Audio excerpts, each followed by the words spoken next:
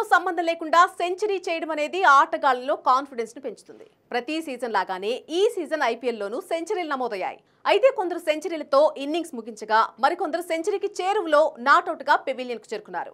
విశేషం ఏంటంటే సెంచరీలు చేయలేకపోయినా ముగ్గురు ఆటగాళ్లు 97 పరుగుల వద్దే ఇన్నింగ్స్ ముగించారు. ఢిల్లీతో జరిగిన మ్యాచ్లో Gujarat Titans batter Jos Buttler విధ్వంసం క్రియేట్ చేశాడు. ఆరంభం నుంచే అటాకింగ్ బ్యాటింగ్తో ఢిల్లీ బౌలర్లపై విరుచుకుపడ్డాడు. బట్లర్ తన ఇన్నింగ్స్లో 54 బంతులు ఎదుర్కొని 11 ఫోర్లు 4 సిక్సర్లతో 97 పరుగులు చేసి నాట్అవుట్గా నిలిచాడు. ఈ మ్యాచ్లో ఢిల్లీ నిర్దేశించిన 204 పరుగుల భారీ లక్ష్యాన్ని గుజరాత్ మరొక 4 బంతులు మిగిలుండగానే ఛేదించింది. గుజరాత్ టైటాన్స్తో జరిగినటువంటి మ్యాచ్లో పంజాబ్ కెప్టెన్ శ్రేయస్ అయ్యర్ దంచికొట్టాడు.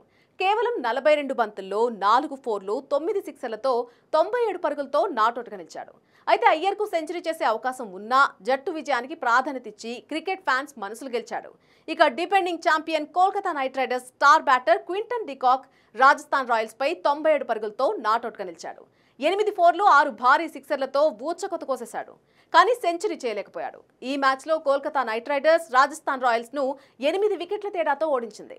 అయితే బ్యాటర్లు 97 దగ్గరే ఆగిపోయినా వారి జట్లు గెలవడం అనేది సంతోషించదగ్గ విషయం.